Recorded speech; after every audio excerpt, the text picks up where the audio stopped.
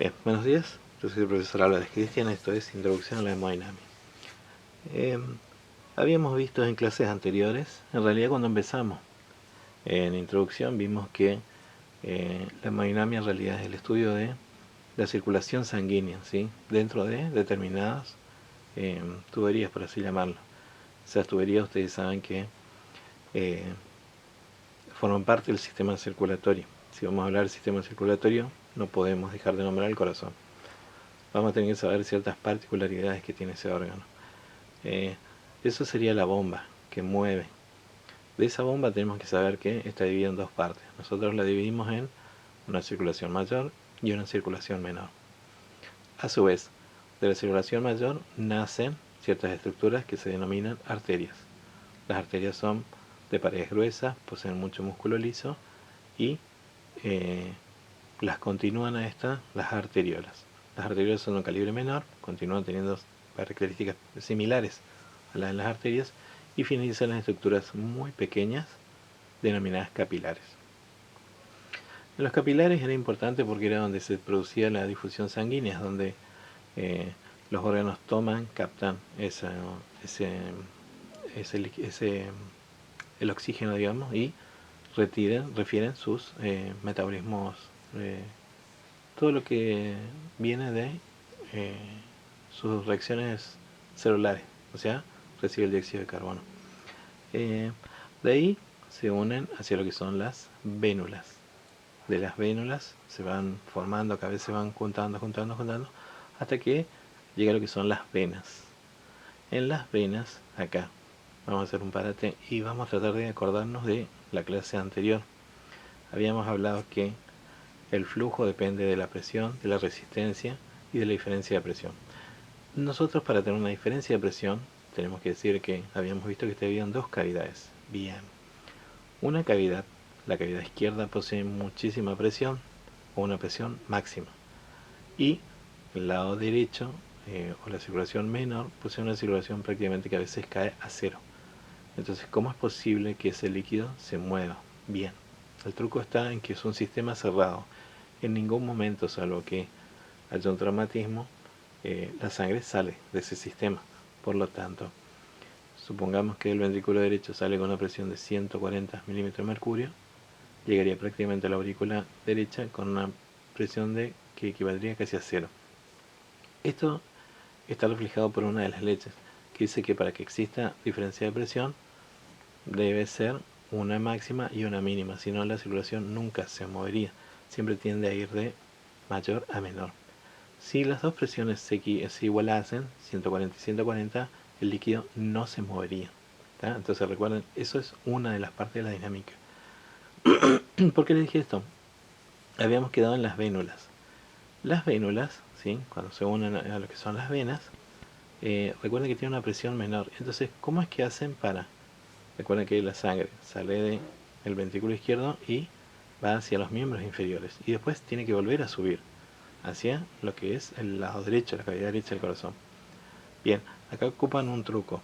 El truco sería que nosotros tenemos en las venas unas estructuras que son válvulas. Esas válvulas a su vez lo único que hacen es permiten que la sangre vaya en un solo sentido, o sea, siempre tienen que ir hacia arriba. Cuando quieran caer, bueno, tienen mucha presión, las valvulitas se cierran y de esa manera, y otros mecanismos también que están involucrados los músculos y todo eso, hace que la sangre pueda ascender y llegar al ventrículo derecho. Les dije esto simplemente a modo que comprendan que en cada clase que estamos dando parece que es lo mismo, pero se le va agregando cierto conocimiento y ustedes tienen que involucrar otros conocimientos.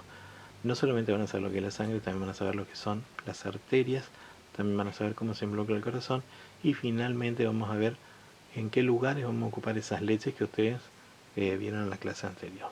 ¿sí? No se preocupen, es un recuerdo, ¿sí? Así que simplemente yo los iré acompañando, van a ir viendo en todo momento, van a ver que con el tiempo esto se vuelve muy fácil y muy dinámico. Bien, para el comienzo de la clase tendríamos que decir qué es la hemodinamia. Podríamos definirla de muchas maneras, o podría decirle, denme un concepto de hemodinamia. La hemodinamia podría definirse como un procedimiento mínimamente invasivo que a través de un método, el método de Seldinger, y una vía de abordaje. La vía de abordaje es la arteria femoral, ¿sí? Se pueden tomar parámetros hemodinámicos. Los parámetros hemodinámicos que ustedes conocen son presión, tensión, resistencia y a partir de ahora gasto cardíaco, ¿sí? Y a través de sondas y catéteres y un medio de contraste llegar al diagnóstico y tratamiento. Fíjense cómo podemos desglosar todo esto. Cuando decimos diagnóstico, yo estoy diciendo angiografía. Y cuando decimos tratamiento, yo estoy hablando de angioplastía. De vuelta, vamos a desglosarlo. Cuando yo digo angiografía, estoy hablando de catéteres. Y cuando yo hablo de angioplastía, estoy hablando de sondas y stent, que los vimos en las clases anteriores. Vieron cómo de un solo concepto ustedes pueden continuar desglosando y podemos ver un montón de cosas. Inclusive cuando yo digo a través de un método, el método de Seldinger, también. El método de Seldinger consta de 5 o 6 pasos y pueden entrar a contarlos, como es el trocar, después el alambre guía, después se retira el trocar, a través del alambre guía se coloca el introductor, se retira el introductor y a través del introductor se colocan sondas y catéteres. Vieron como una sola palabra, por eso es que yo les dije, si ustedes comprenden el concepto de hemodinamia, ya prácticamente tienen todo lo que involucra a esta primera introducción a la hemodinamia. Bien, volvemos a lo que yo le había dicho. Habíamos hablado de qué es la hemodinamia. Bien, la hemodinamia podríamos definirla como un concepto o podríamos definir al laboratorio de hemodinamia. Bien, definamos al laboratorio de hemodinamia. Entonces, hacia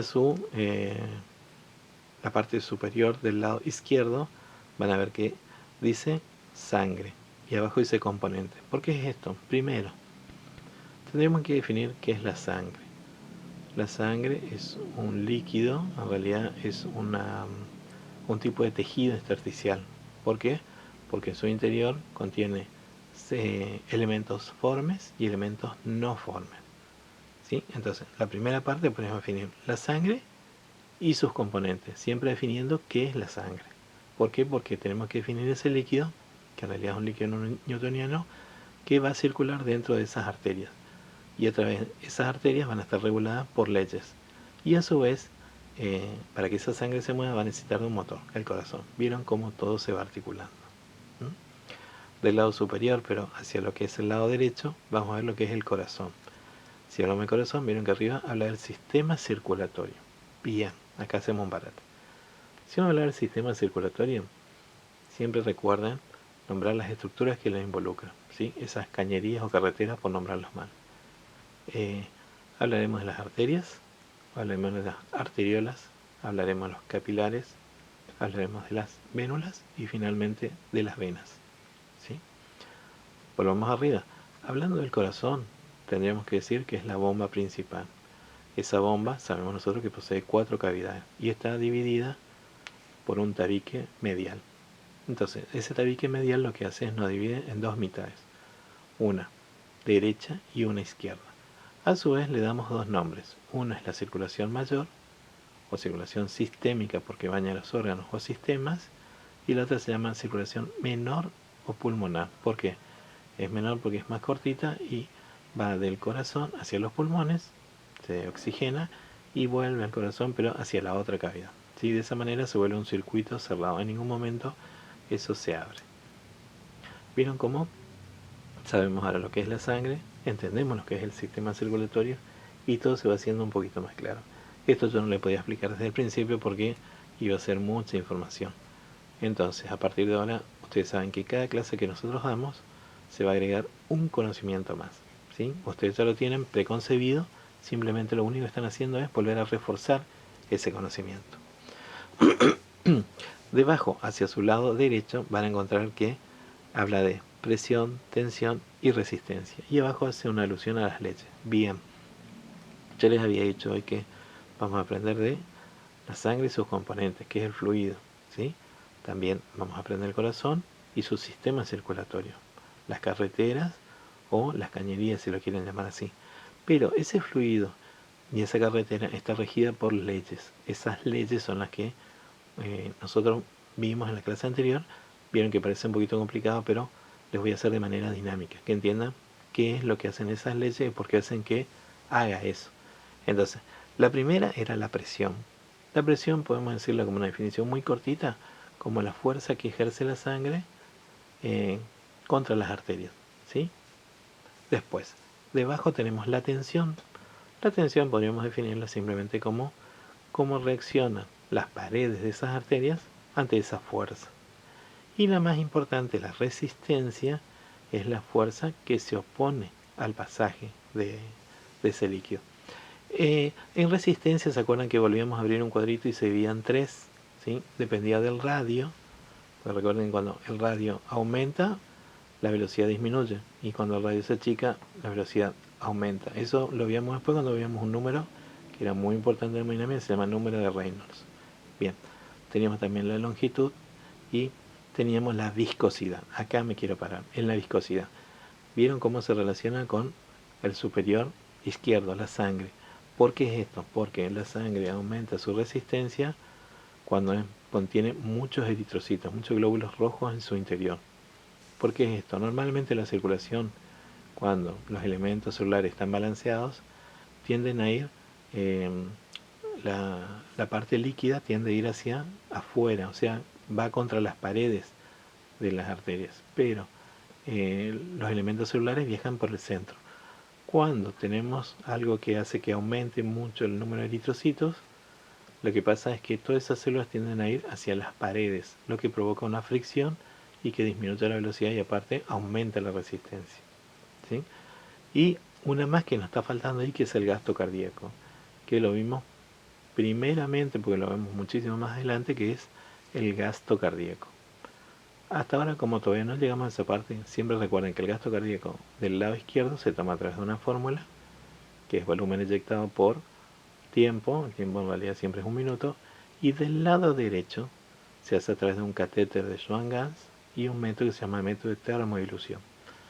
Entonces, por todavía no llegamos a esa parte. ¿Está? Bien, vamos del lado inferior izquierdo, ¿sí? Del lado inferior izquierdo, ¿qué tenemos? Tenemos los parámetros hemodinámicos, ¿sí? Que son presión y gasto cardíaco. Acá ustedes me van a decir, ¿por qué me está diciendo las leches? Y del otro lado también tenemos gasto cardíaco. ¿Vieron cómo yo les dije que a veces la sangre, sus componentes del corazón, están relacionados con las leches? Este cuadrito lo que hace es, le está diciendo que todo forma un todo. Entonces no le puedo explicar una cosa sin nombrarle otro.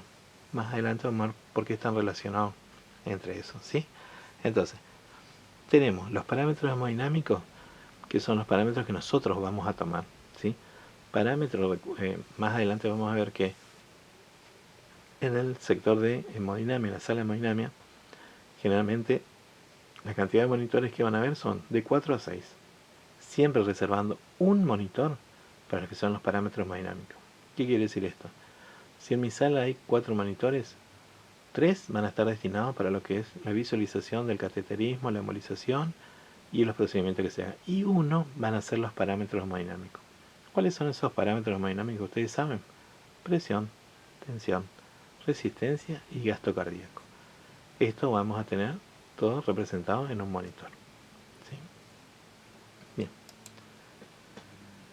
Bien, entonces habíamos quedado en que la hemodinamia la podíamos dividir en un concepto, podíamos hablar de cómo está distribuida la hemodinamia, podíamos hablar de sus componentes. Entonces, en este caso vamos a hacer un cuadrito sinóptico, nos queda muchísimo más fácil, en el que vamos a nombrar el flujo sanguíneo. El flujo, recuerden que va a estar influenciado, puede ser por la presión, puede ser por la longitud, puede ser por la resistencia, ¿sí? Es el movimiento que tiene ese líquido dentro de esas cañerías. Después vamos a nombrar las arterias y las venas. ¿Por qué es esto? Porque ustedes, para conocer la hemodinamia, tienen que hablar del sistema circulatorio. Y si vamos a hablar del sistema circulatorio, deben saber del corazón y tienen que saber de esas carreteras o cañerías, si la quieren llamar así, ¿sí? Que son, recuerden de vuelta, les voy a seguir repitiendo para que les vaya quedando. Son las arterias, las arteriolas, los capilares, las venas, las vénulas, perdón, y las venas, ¿sí? Y a su vez recuerden que tenemos una circulación mayor y una menor. ¿Por qué es esto? Porque esto es hemodinamia y tienen que saberlo.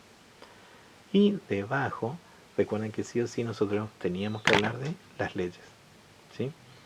Las leyes que la involucran, teníamos la ley de Ohm, que es la ley de resistencia, teníamos una que expresaba la ley de Poiseuille, que nos dice que nos sirve para lo que es el flujo, por ejemplo, y hay otras leyes más, pero las vamos a ir viendo a poquito. Simplemente las leyes que más nos sirven a nosotros. Y después volvemos a lo que es. Les estoy diciendo esto para hacerlo más dinámico. Simplemente hagan un desmenúcenlo si quieren y queda como que en hemodinamia podemos hablar de un concepto, podemos hablar de sus elementos o podemos hablar de un todo. ¿Sí? Este es como un todo. Quiere decir que la hemodinamia involucra el flujo sanguíneo, involucra las arterias y las venas como sistema circulatorio, involucra las leyes que las rigen. Bien, esta es la primera parte que yo les dije, sí, la circulación mayor y la menor, ya la vamos más adelante. ¿Tá? Tienen que saber que hay una circulación mayor y menor. Y la parte derecha, que es la que nosotros nos involucramos, que es la sangre y cuáles son sus elementos. La bomba circulatoria, el corazón, siempre recuerden las características básicas. Yo les dije que ustedes saben que poseen 4 cavidades y que a su vez está dividido por un septo medial. Entonces, el corazón dice está dividido en 2 mitades, es verdad, tenemos una mitad derecha y una izquierda, ¿sí? Tenemos a su vez una circulación mayor y una circulación menor. Y vamos a tener elementos arteriales y elementos venosos que van a ser o integran al corazón. Bien, entonces, el sistema circulatorio es un sistema cerrado. ¿Esto es verdad o no? Piénsenlo. Nace del ventrículo izquierdo, ¿sí? Y va a finalizar en lo que es, va a llegar, perdón, a la aurícula derecha. Y se vuelve un circuito cerrado. ¿Por qué? Porque comienza el ventrículo derecho, llega a la aurícula derecha, de la aurícula derecha pasa al ventrículo izquierdo, de ahí vamos a lo que es el pulmón, del pulmón vuelve a través de unas venas pulmonares hacia lo que es la aurícula izquierda. Quiere decir que sí, es un circuito cerrado, a menos que se produzca un traumatismo y la sangre salga de esa cañería, con lo cual se romperían todas esas leyes, perderíamos la frecuencia, perderíamos la resistencia, el flujo, la presión. ¿Vieron por qué es tan importante que sea un sistema cerrado? ¿Sí? La segunda sería porque se llama una circulación sistémica. Lo más fácil es, acuérdense, de órganos y sistemas, porque baña todos los órganos y sistemas. Este es el lado izquierdo, circulación mayor. ¿Sí? La otra, ¿por qué se llama circulación menor? Porque su recorrido es menor. Por eso lo denominamos circulación pulmonar. ¿El corazón es una doble bomba? Sí, es cierto, es una doble bomba. En una tenemos mucha presión y en la otra tenemos menos presión. O deberían preguntarse cuál posee más presión y cuál menos, para entender lo que es el flujo. ¿Sí? Y cuántas válvulas posee, eso deberían saberlo ustedes. Tenemos la mitral, la tricúspide, la aórtica y la pulmonar. Esto es simplemente como un tip para que usted le vaya quedando. La circulación mayor o sistémica baña a todos los órganos o sistemas, ¿sí? Nace en la ventrícula izquierda, finaliza en la aurícula derecha. Lo mismo que yo les dije hoy, ¿sí? Esta nada más que es de modo gráfico para que a veces una imagen vale más que 1000 palabras. Y la circulación menor nace en el ventrículo derecho y finaliza en la aurícula izquierda. Lo mismo que le dije hoy, sino que simplemente con una imagen a lo mejor a ustedes les resulta muchísimo más dinámico.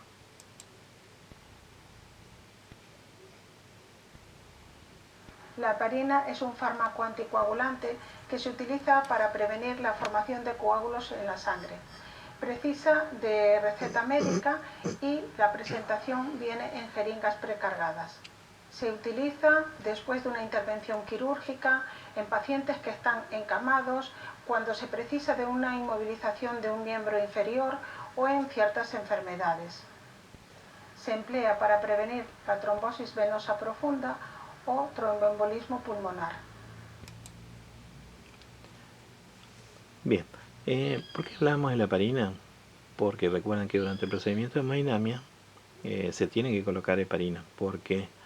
Porque recuerdan que los catéteres son muy pequeñitos, ¿sí? No le voy a decir el tamaño de un capilar, pero son estructuras muy chiquititas. Estamos hablando de 2-3 milímetros. Por lo tanto, cuando ingresan dentro de esa cavidad arterial, las plaquetas se empiezan a adherir a la punta. Imagínense el trayecto que tiene que recorrer desde la arteria femoral hasta llegar a una de las arterias coronarias, a la derecha o a la izquierda, estaría llena, repleta de plaquetas que hubieran tapado eso. Entonces lo que se hace, cada tanto se va instilando, eso quiere decir, se va pasando ciertas cantidades de heparina para que no se adhieran al catéter. Por eso es importante la heparina. Entonces, la primera que dice que es la heparina es un químico anticoagulante o antiplaquetario. Inhibe que se produzca esos procesos, por lo que está involucrado en los procesos de coagulación. ¿Cuál es su función? Prevenir que se produzcan esos trombos, ¿sí? Entonces, si no hay plaquetas, es muy difícil que se produzca en los trombos, ¿sí? ¿Para qué lo utilizamos en hemodinamia? De vuelta, recuerden que si no lo ocupáramos, todas esas plaquetas se adherirían a nuestro catéter y nos impediría realizar el diagnóstico. Por eso lo ocupamos. ¿Existen riesgos de utilizarlo? Claro que sí, muchísimo. Al ingreso del servicio de hemodinamia, ustedes saben que el paciente tiene que tener un laboratorio. Si el laboratorio indica que tiene menos de 150.000 plaquetas, el estudio no se puede hacer. ¿Por qué? Porque al estar ocupando la heparina, es muy probable que bajen a niveles muy peligrosos. Con lo tanto, un paciente podría empezar a sangrar, o sea, fallarían sus mecanismos de coagulación. ¿Y quién lo descubrió? Acá en la clase anterior que habíamos visto, ustedes vieron quién lo descubrió. ¿Se acuerdan o no? No, no se van a acordar. Bien. En realidad se le atribuye el, el descubrimiento a un estudiante. El estudiante era Jake McLean y él trabajaba para el profesor Howell. El profesor Howell era el que estaba investigando la heparina, pero se le da el crédito a Jake McLean como el descubridor de la heparina. Finalmente, todos los logros que se hace a través de esto. ¿Está? Bien, componentes de la sangre, esto es un repaso así muy por encima para que ustedes lo recuerden, ¿sí? Los componentes sanguíneos vamos a tener elementos formes y elementos no formes. Los no formes, recuerden siempre que es el plasma, y los formes lo vamos a dividir en tres estructuras celulares. Vamos a tener los glóbulos rojos, los glóbulos blancos y las plaquetas. Bien, recuerdan cuando empezaron en anatomía, creo, ustedes siempre se les hace una alusión de lo que es, primero viene la célula, después viene el tejido, después viene el órgano y después viene el sistema, ¿sí? La sangre entonces es un tejido. ¿Por qué? Porque es un tejido porque está constituido por varias células que tienen diferentes funciones. Entonces, nombrando como la sangre como un tejido, entonces tenemos que nombrarlo sus partes. Primero, tenemos los formes y tenemos los no formes. Vamos por los formes que son los más fáciles, ¿sí? Que es el plasma, que es la parte líquida en la que se baña esos organismos, esa unidades celulares. ¿Está? Entonces, dentro de los formes, los glóbulos rojos, que nosotros denominamos eritrocitos, ustedes tienen que saber cuánto vive, dónde se forma y cuál es su función. Tenemos las plaquetas, que ustedes tienen que saber cuánto vive, dónde se forma y cuál es su función. Y tenemos los glóbulos blancos, que no hace falta ni que sepan ni dónde se forma, ni cuánto vive, ni cuál es su función. No, en realidad, los glóbulos blancos no nos interesan mucho. Simplemente sepan que son elementos elementos de defensa y que a su vez tienen otras divisiones, ¿sí? Los glóbulos blancos tienen varias divisiones. No importa eso porque en hemodinamia nosotros no nos hacen esos dos elementos. Bien, teníamos que los glóbulos rojos se originan ¿dónde? En la médula ósea. Entonces, ¿por qué se llama eritropoyesis? Uno, es rojo y poiesis, hacer. En realidad, hay una hormona que se libera, se llama hormona eritropoyetina. Esa hormona es liberada por el riñón. Recuerden la función del riñón. El riñón no filtra la orina. El riñón lo que hace es filtra la sangre. Cuando los elementos sanguíneos están disminuidos, lo que hace es se libera esa hormona. Se libera la eritropoyetina, llega a la médula ósea y le indica a la médula roja que libere glóbulos rojos porque están muy bajos. Eso se denomina anemia. ¿Tá? Entonces, fíjense que tienen que saber los glóbulos rojos, dónde se originan, la cantidad que deberíamos tener, ¿sí? Y estamos hablando de cuánto tiempo vive y cuál es su función. Después teníamos las plaquetas, ¿sí? Que también las originamos en las médulas, que era muy importante cuánto tiempo vive, 6-7 días, y cuál era su función. Su función es básicamente la de participar de los procesos de coagulación.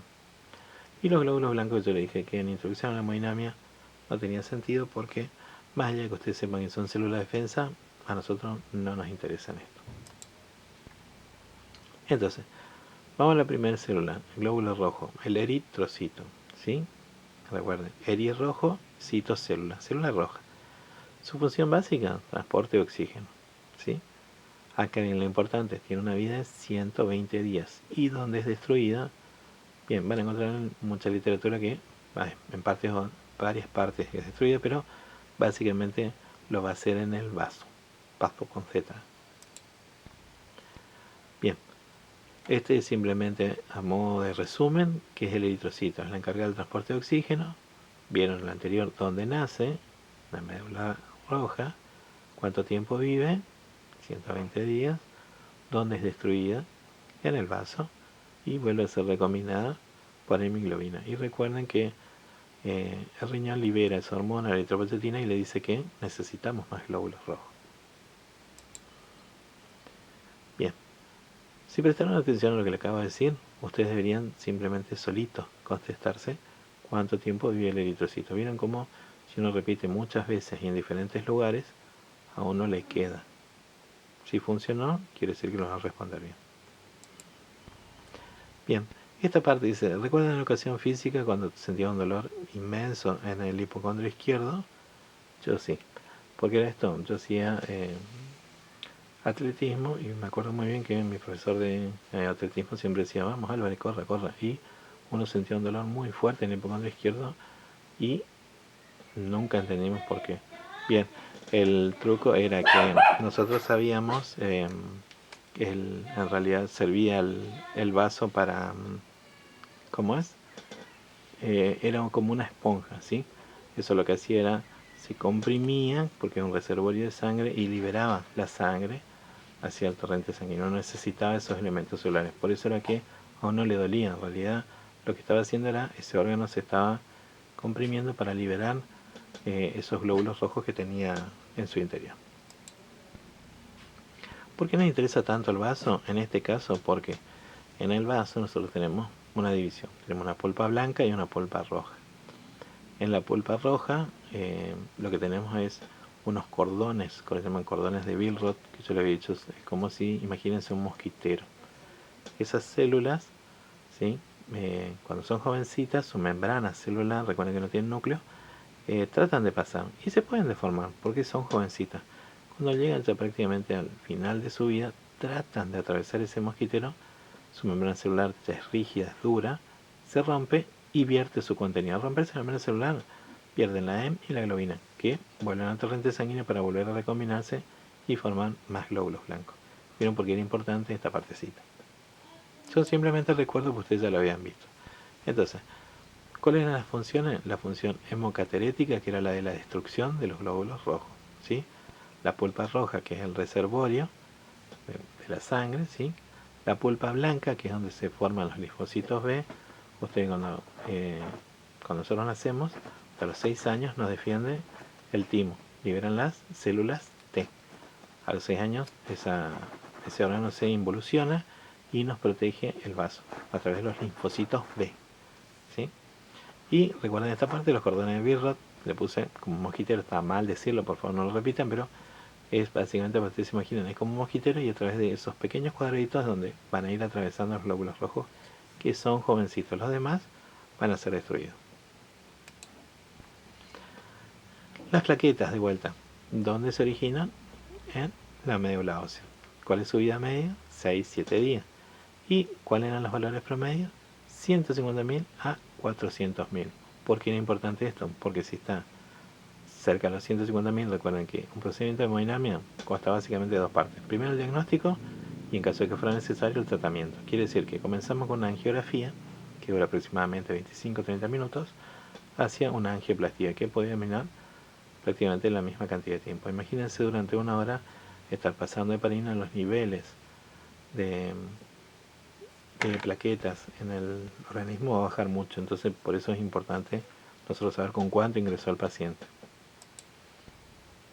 Bien, de vuelta, vamos simplemente a recuperar y ir cerrando ya esto. Las plaquetas, ¿dónde se originan? En la médula ósea. ¿Cuánto tiempo viven? 6-7 días. ¿Cuál es su función? Asegurar o participar en los procesos de coagulación. Y esta es la parte importante, los valores. 150.000 a 400.000. Hasta acá, ¿qué tengo que recordar? ¿Sí? ¿Cuáles eran los componentes de la sangre? ¿Cuáles eran los formes y cuáles eran los no formes? ¿Y cuáles son los más importantes y por qué? Esto yo no se lo voy a responder, queda por ustedes. Si prestaron atención y vieron más o menos de qué se trata, deberían responderlo facilísimo. ¿Qué tengo que preguntarme hasta acá? ¿Cómo uno lo que son las leyes, como uno lo que es el sistema circulatorio, como uno la sangre y como uno los parámetros hemodinámicos? Todos son unos. Lo que pasa es que ustedes tienen que ver que si uno falla es como una cadena, todos se van perdiendo. La sangre tiene que mantenerse en valores normales, no tiene que aumentar, por ejemplo, los globos rojos porque afecta a los parámetros. ¿Cómo esto? Porque aumenta la resistencia. Si el corazón está fallando, no voy a tener presión y no voy a tener diferencia de presión. Y a su vez, si no se está cumpliendo una de las leyes, porque puede ser que se haya abierto una de las paredes de las arterias, ¿vieron cómo? Todo está relacionado con todo. Bien, eso le dije yo, ustedes tienen que pensar qué es lo que debo comprender. Ustedes tienen que entender que esas cuatro partes que yo les mostré hoy en hemodinamia, todos son un todo. O sea, si ustedes no entienden uno, no van a entender cómo funciona otro. Bien, y como actividad le dejaría cuáles eran los componentes de la sangre, averígüenlo, y su función y tiempo de vida. Recuerden dónde se originan, cuánto viven y dónde se destruyen. ¿Sí? Bueno, espero que haya sido una clase entretenida. Traté de hacerlo lo más fácil posible y es simplemente una clase de recuerdo. Recuerden que en todas las clases lo voy a ir dando un poquito más. ¿Por qué esto? Porque después vamos a tener que ver lo que son leyes y otros elementos más que si ustedes no comprenden esto, no podemos pasar hacia adelante. ¿Sí?